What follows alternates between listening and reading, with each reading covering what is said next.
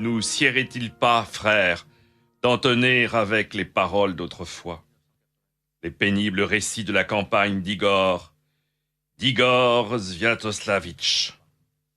Entonnons-le donc, ce chant, qu'il suive les faits de notre temps et non la fantaisie de Boyan, car Boyan le devint, s'il voulait réciter son chant à quelqu'un, s'élançait par la pensée le long de l'arbre comme un loup gris de par la terre, comme un aigle bleu sous la nuée, car il se rappelait, disait-il, les querelles du temps passé. Alors, il lâchait 10 faucons sur un vol de cygnes. Celui qui l'atteignait chantait d'abord son chant au vieux Yaroslav, au vaillant Mtislav, qui égorgea Rededia devant les troupes kazoges, au beau Roman Sviatoslavitch. Mais Boyan, frère, ne lâchait pas 10 faucons sur un vol de cygnes, mais il posait ses doigts magiques sur les cordes vivantes qui, d'elles-mêmes, faisaient retentir la gloire des princes.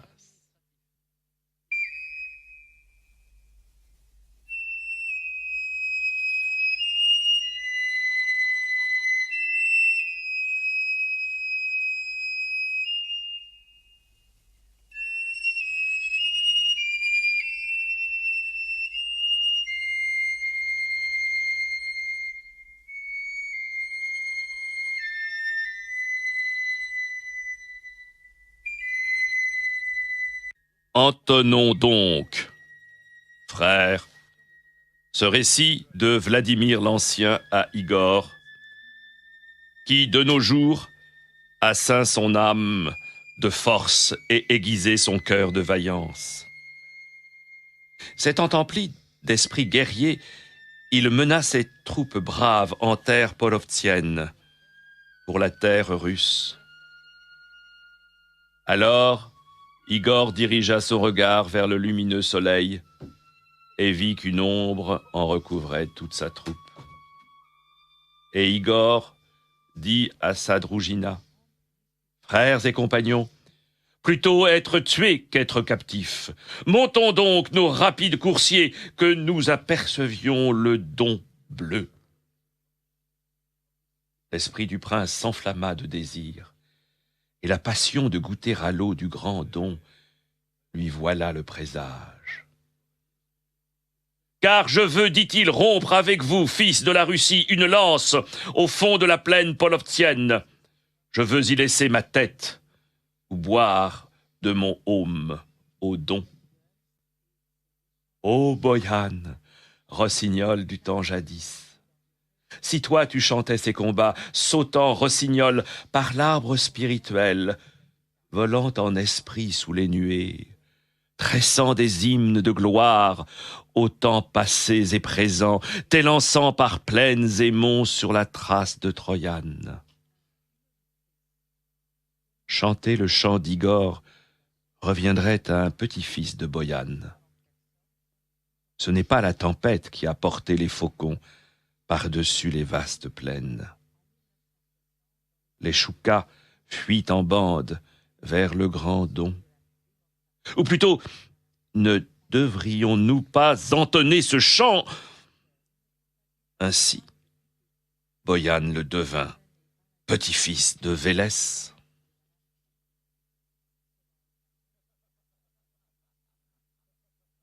Les coursiers hennissent par-delà la Soula. La gloire retentit à Kiev. Les trompes sonnent à Novgorod. Les étendards se dressent à Poutivle. Igor attend son frère bien-aimé, Vsevolod. Et le bouillant taureau, Vsevolod, lui dit « Tu es, toi, Igor, mon seul frère, ma seule lumière lumineuse. » Nous sommes tous deux fils de Sviatoslav. Scelle, frère, tes vifs coursiers. Les miens sont prêts, scellés, devant Koursk. Et mes hommes de Koursk sont des guerriers renommés, emmaillotés au son des trompes, bercés sous les aumes, nourris à la pointe des lances. Les chemins leur sont connus, les ravins familiers. Leurs arcs sont bandés, leurs carquois ouverts, leurs sabres affilés. Eux-mêmes bondissent comme des loups gris par la plaine, à la poursuite pour eux d'honneur, pour le prince de gloire. Alors, le prince Igor mit le pied à l'étrier doré et chevaucha par la vaste plaine. Le soleil lui barrait la route de ses ténèbres, la nuit grondante le menaçant de son orage, à réveiller les oiseaux. Un sifflement sauvage s'est levé. Dive s'est abattu et, au faîte de l'arbre, lance son cri. Il ordonne d'écouter à la terre inconnue. Volga, rivage de la mer, rive de la Soula, Souroï, Korsoun, et à toi, idole de Tmoutarakan. Et les Polots, par des pistes non frayées, ont fui vers le Grand Don. Leurs chars grincent dans la nuit. On dirait des cygnes débandés. Igor mène ses guerriers vers le Don, et déjà l'oiseau dans la chênaie pressant le malheur. Dans les ravins, les loups annoncent la menace. Les aigles, de leurs cris stridents, appellent les fauves à la curée. Les renards glapissent au bouclier rouge. Ô terre russe, tu es déjà derrière la colline. La nuit règne longtemps. L'aube a allumé sa clarté. La brume a recouvert les champs. Le gazouillis des rossignols s'est éteint. Le jacassement des choucas s'est éveillé. Les fils de la Russie ont barré les vastes plaines de leurs boucliers rouges, à la poursuite des honneurs pour eux, de gloire pour le prince. Le vendredi, dès l'aube, ils piétinaient les bandes infidèles polovtiennes, et s'étant dispersés comme des flèches dans la plaine, enlevaient les jolies filles polovtiennes, et avec elles l'or, les passementeries et les précieux oxamites. Avec les couvertures, les manteaux et les pelisses, ils jetaient des ponts à travers les marais et les bourbiers, avec tous les ornements des Polovts. Un étendard cramoisi, une bannière blanche, un gonfanon cramoisi, une hampe d'argent aux vaillants fils de Sviatoslav. La vaillante nichée d'Oleg rêve dans la plaine. Elle s'est envolée bien loin. Elle n'était pas née pour l'outrage, ni pour le faucon, le gerfaut, ni pour toi, noir corbeau, infidèle Polotz. Xak court sous la forme d'un loup gris. Konchak lui indique la piste vers le Grand Don. Le jour suivant, très tôt, des aurores sanglantes annoncent le jour. Des nuées noires courent de la mer, veulent voiler les 4 soleils. Des éclairs bleus y palpitent. Un grand tonnerre va tonner, une pluie de flèches va s'abattre du Grand Don. Là, les lances se rompront, là, les sabres s'ébrécheront sur les casques polovtiens. Sur la rivière Kayali, près du Grand Don. Ô terre russe, tu es déjà derrière la colline.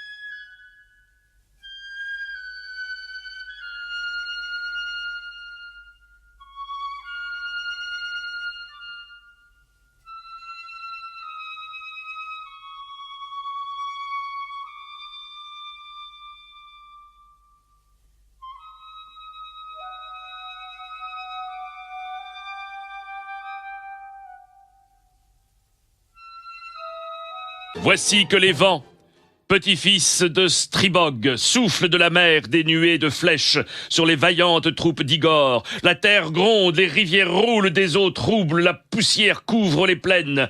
Les étendards l'annoncent. Les polots marchent du Don et de la mer, et venus de tous côtés ont cerné les troupes russes.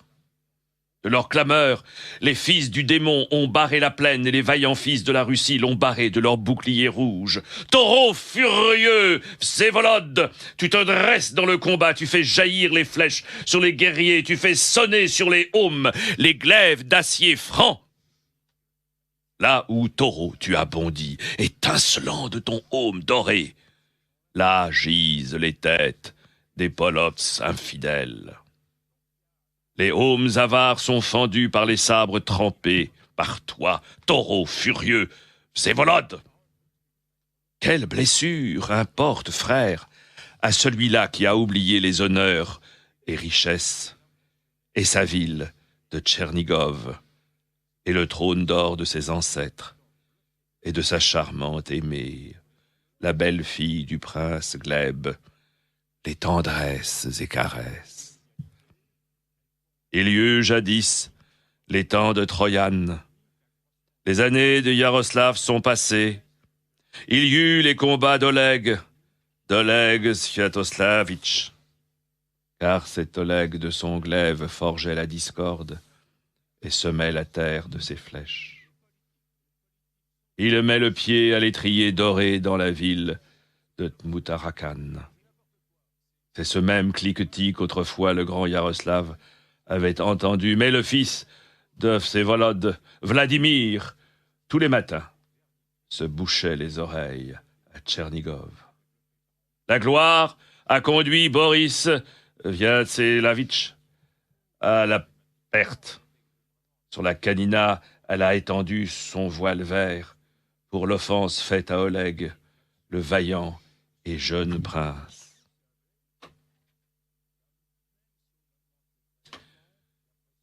De la même Kayalie, Sviatopol ordonna d'emporter son père entre deux embliers hongres à Sainte-Sophie de Kiev.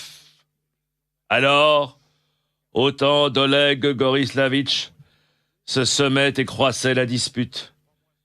Les petits-fils de Dashbog périssaient et dans les querelles des princes, les jours humains s'abrégeaient. Alors, par la terre russe, rarement les laboureurs s'interpellaient, mais souvent les corbeaux croassaient en se partageant les cadavres, et les choukas échangeaient leurs discours, s'apprêtant à voler au festin. C'était dans ces guerres et ces campagnes, mais combat pareil était inconnu. Depuis tôt le matin jusqu'au soir, du soir à l'aurore volent les flèches, bien trempées. Sonnent les sabres contre les aumes, s'entrechoquent les lances d'acier franc dans la plaine inconnue, au milieu des terres polovtiennes. Sous les sabots, la terre noire fut semée d'ossements et arrosée de sang. Le malheur se leva à travers la terre russe. Quelle est donc cette rumeur? Quel est ce cliquetis que j'entends au loin, tôt, avant l'aube? Igor ramène ses troupes, car il a pitié de son frère chéri, Vsevolod. Ils se battirent un jour, ils se battirent un deuxième. Le troisième jour, vers midi, les étendards d'Igor tombèrent. Là, les frères se séparèrent sur la rive de la rapide Kayalie. Là, le vin sanglant vint à manquer. Là, les vaillants fils de la Russie achevèrent le festin. Ils enivrèrent leurs beaux-frères et eux-mêmes tombèrent pour la terre russe. De douleur, l'herbe s'inclina et l'arbre se courba avec chagrin vers le sol. Car déjà, frères, l'heure d'affliction est venue. Déjà le désert a recouvert l'armée. La violence s'est levée au milieu des armées du petit-fils de Dashbog. La Vierge s'est avancée sur la terre de Troyane. Elle a battu de ses ailes de cygne sur la mer bleue près du Don, et de ce battement, elle a fait fuir les temps d'abondance. La lutte des princes contre les infidèles a cessé, car le frère a dit à son frère, « Ceci est à moi, et cela aussi est mien. » Et les princes ont commencé à dire de ce qui était une petite chose que c'était une grande, et à forger contre eux-mêmes la discorde. Et les infidèles de tous côtés sont entrés en terre russe, accompagnés de la victoire. Au loin a volé le faucon, fondant sur les oiseaux vers la mer. Et on ne ressuscitera pas la vaillante armée d'Igor. Derrière elle ont élevé leur plainte la pleureuse et la lamentation, bondissant à travers la terre russe, agitant la braise dans la corne ardente. Les femmes russes pleurent, disant « Déjà plus notre pensée n'imaginera nos bien-aimés, ni notre esprit ne les caressera, ni nos yeux ne les contempleront. Et l'or et l'argent, il ne nous sera plus donné de les toucher. Or donc, frères, Kiev s'est mis à gémir dans la douleur et Tchernigov dans la fortune. La peine s'est répandue à travers la terre russe. Une tristesse immense a coulé au cœur de la terre russe. Et les princes forgeaient de leurs mains la discorde contre eux-mêmes. Et les infidèles, eux, faisant irruption avec la victoire, prélevaient un écureuil par foyer. Car les deux vaillants fils de Sviatoslav, Igor et Vsevolod, ont maintenant réveillé la perfidie qu'avait apaisée par sa menace leur père, le redoutable et grand Sviatoslav de Kiev. Il était venu avec ses troupes pleines de force et ses glaives d'acier franc. Il avait marché contre la terre polovtienne, foulé collines et ravins, troublé rivières et lacs, asséché torrents et marais, et comme une tornade, Kobiak l'infidèle, il l'avait arraché du fond de sa baie marine, de ses innombrables troupes de fer polovtiennes, et Kobiak s'était écroulé dans la ville de Kiev, dans la grande salle de Sviatoslav. Et maintenant, les Germains et les Vénitiens, maintenant les Grecs et les Moraves chantent la gloire de Sviatoslav, blâmant le prince Igor qui a noyé la prospérité au fond de la rivière Kayali, de la rivière polovtienne, éparpillant l'or russe. Voici que le prince Igor est passé de la selle dorée à la selle de la captivité. Les remparts des villes se sont couverts de tristesse. La joie s'est tue.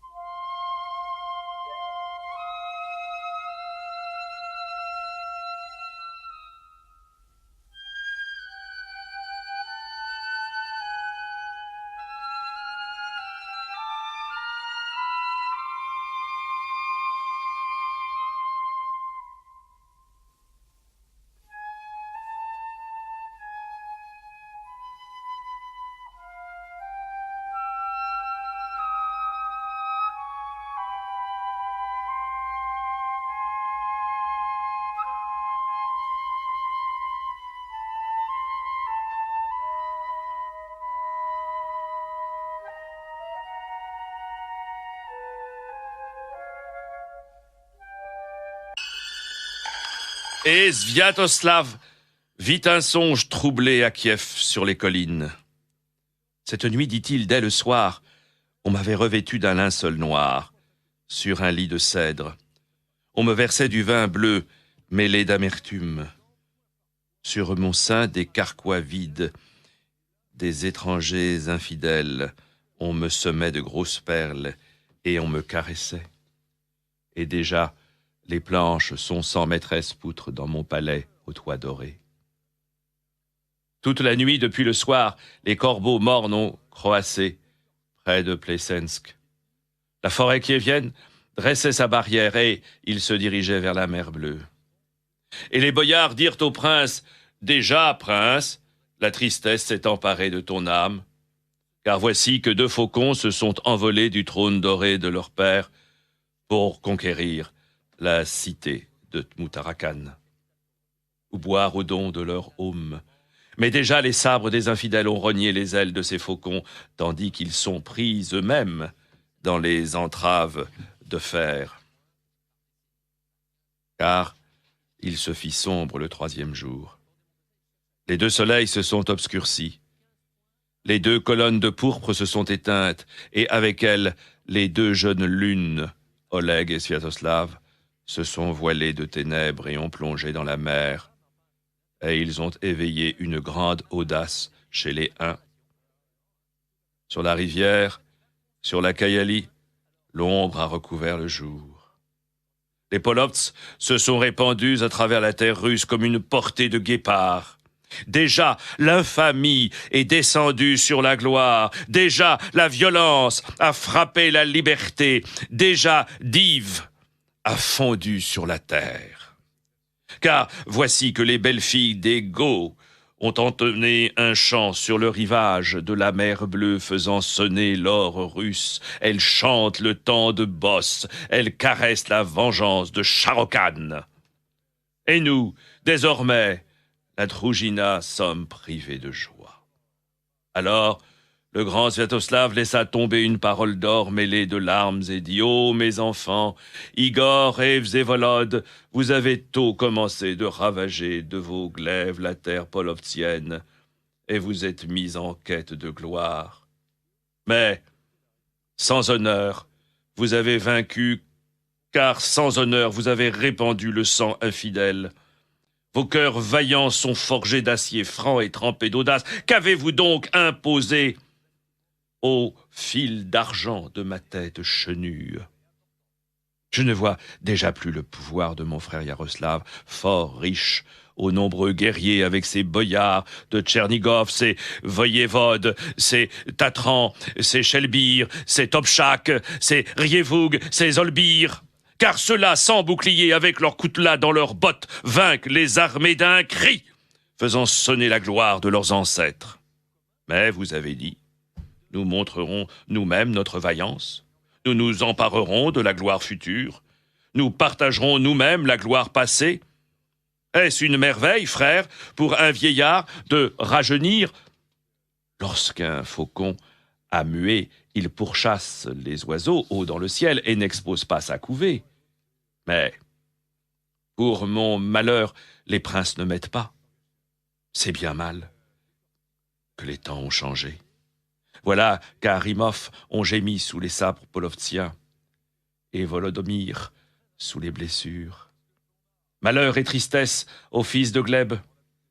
Grand prince Vsevolod, ne devrais-tu pas, par la pensée, voler de tes terres éloignées pour veiller sur le trône de ton père? Car toi, tu peux faire rejaillir la Volga de tes avirons et épuiser le don de tes aumes.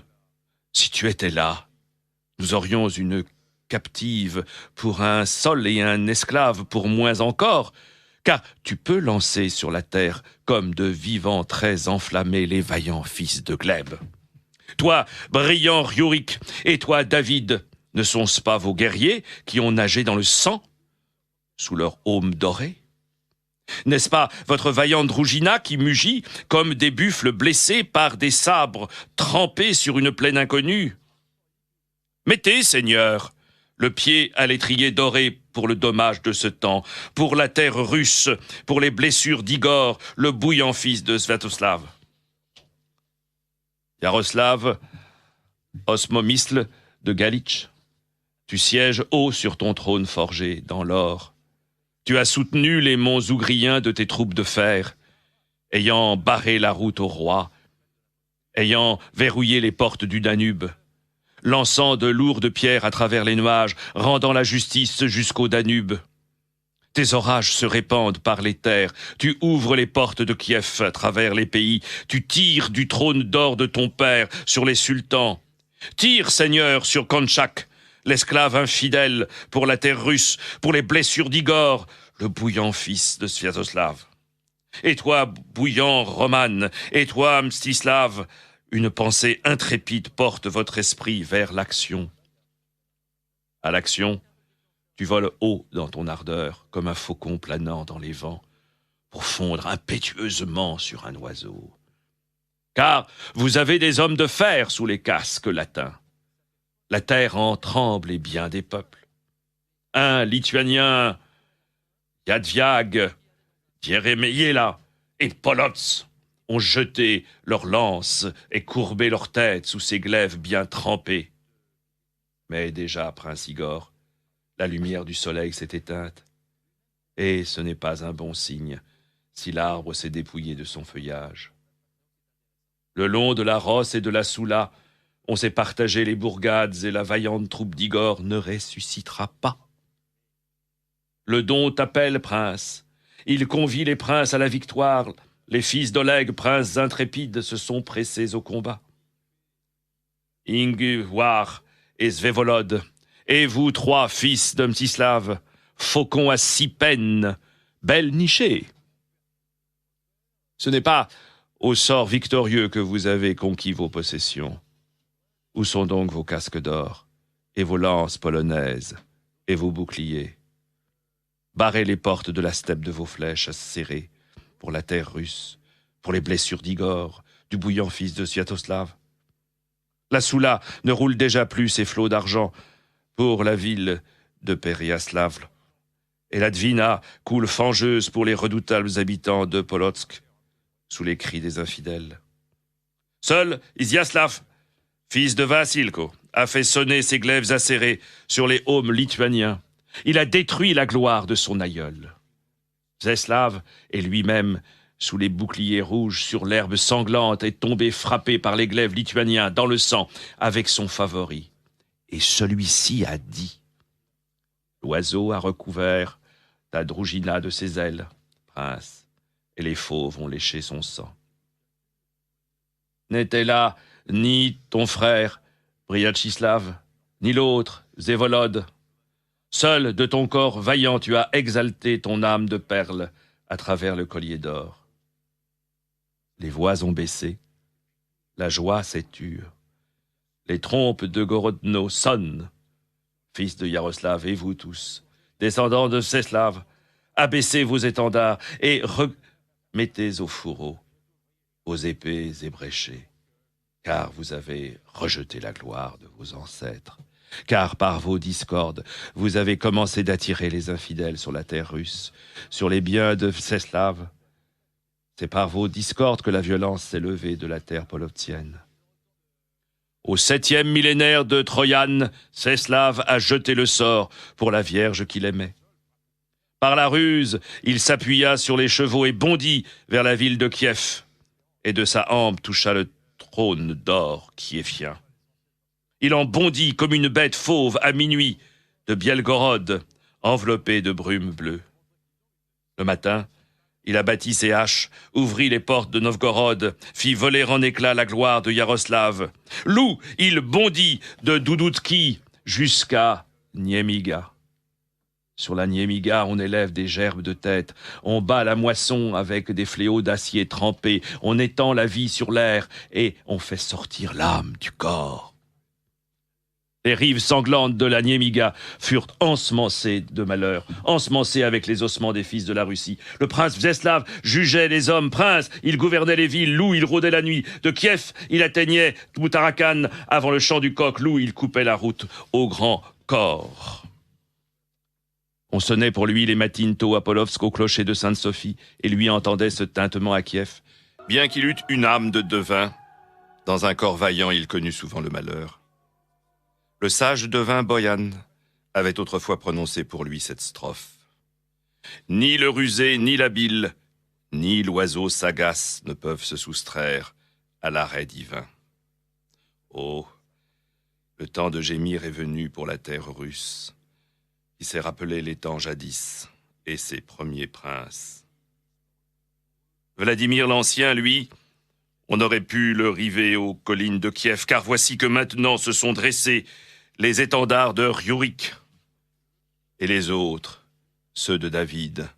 Mais c'est différemment que flottent leurs flammes. Les lances chantent sur le Danube. La voix de Yaroslavna s'élève. Dès l'aube, elle lance son appel, tel un coucou, doucement. Je volerai, dit-elle, comme un coucou le long du Don. Je tremperai ma manche de verre dans la rivière Kayali. J'essuierai les plaies sanglantes du prince sur son corps puissant. Dès l'aube pleure Yaroslavna dans Poutlivle sur le rempart, disant « Ô vent, vent sauvage, pourquoi, Seigneur, souffles-tu contre nous? Pourquoi portes-tu les flèches des Huns sur ton aile légère contre les guerriers de mon aimé? Ne te suffit-il pas de souffler là-haut sous les nuées, berçant les vaisseaux sur la mer bleue? Pourquoi, Seigneur, as-tu dispersé ma joie de par l'herbe de la steppe? Dès l'aube pleure Yaroslavna sur le rempart de Poutivle, disant « Ô Dniepr, fils de Slavuta, tu as percé les monts rocheux à travers la terre polovtienne, tu as bercé sur tes flots les nefs de Sviatoslav jusqu'à la horde de Kobiak. Berce, Seigneur, mon bien-aimé, jusqu'à moi, que je ne doive pas à l'aube lui envoyer mes larmes vers la mer. » Dès l'aube pleure Yaroslavna dans Poutivle, sur le rempart, disant « Clair, 3 fois clair soleil, pour tous tu es chaud et beau. Pourquoi, Seigneur, as-tu dardé ton rayon ardent sur les guerriers de mon aimé? Pourquoi, dans la plaine aride, as-tu racorni leurs arcs de sécheresse, empli leurs carquois de détresse? La mer déferle à minuit, les trompes avancent en nuées. Dieu montre sa route à Igor, de la terre polovtienne vers la terre russe, vers le trône d'or de son père. Les lueurs du couchant se sont éteintes. Igor sommeille, Igor veille, Igor en pensée mesure les plaines depuis le Grand Don jusqu'au petit Donetsk. Ovlour a sifflé un cheval au-delà de la rivière à minuit. Il a engagé Igor à se ressaisir, qu'il ne reste pas. Il a appelé la terre à résonner. L'herbe a brui. Les tentes polovtiennes se sont agitées, et Igor le prince sauta, Hermine parmi les roseaux, canard blanc plongeant dans l'eau. Il s'est jeté sur le rapide coursier, et loup gris en a sauté à terre. Il s'était lancé vers le coude du Donetsk et s'est envolé sous les nuées tel un faucon, abattant oies et cygnes pour s'en repaître au matin, le jour, le soir.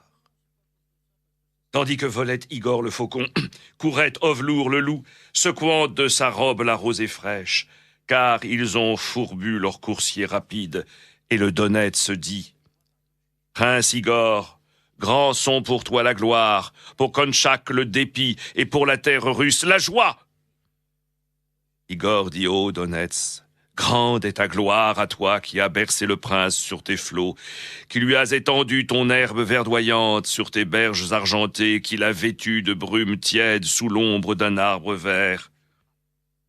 Tu l'as fait veiller par le canard sur l'eau, par les mouettes au fil du courant, par les sarcelles au souffle des vents. La rivière Stounia, elle, ne fut pas ainsi, dit-il, avec son courant perfide, ayant englouti ruisseaux et torrents étrangers. Élargie à son embouchure, elle s'est refermée sur le jeune prince Rostislav. À la rive sombre du Dniepr pleure la mère de Rostislav, le jeune prince. Les fleurs se sont flétries de pitié. L'arbre s'est incliné avec douleur vers la terre. Ce ne sont pas les pies qui se sont mises à jacasser. Sur les traces d'Igor marchent Gzak et Konchak. Alors, Les corbeaux cessèrent de croasser. Les choucas se turent. Les pies ne jacassaient plus. Seuls les serpents rampaient. Les pivers de leurs coups de bec indiquent le chemin vers la rivière. Et les rossignols de leurs chants joyeux annoncent l'aurore. Xac, dit Akonchak, si le faucon vole vers son nid, nous transpercerons le fauconneau de nos flèches d'or. Konchak dit à Xac, si le faucon vole vers son nid, nous enchaînerons le fauconneau à une belle vierge. Exact, dit Akonchak, si nous l'enchaînons à une belle vierge, nous n'aurons ni le fauconneau ni la belle, et les oiseaux se mettront à fondre sur nous dans la plaine polovtienne. Boyan et Kodina, chantres de Svatoslav, des temps anciens de Yaroslav, favoris du prince Oleg, l'ont dit. Il est douloureux, tête, d'être sans épaules. Il est pénible, corps, d'être sans tête. Et ce l'est pour la terre russe, sans Igor. Le soleil brille au ciel. Le prince Igor est en terre russe. Les vierges chantent sur le Danube. Leur voix se propage à travers la mer jusqu'à Kiev. Igor va par l'entrée de Boritchev vers la Sainte Vierge, Pirogovtcha. Les pays sont dans la joie, les villes en liesse, les vieux princes ayant été chantés, que les jeunes le soient maintenant.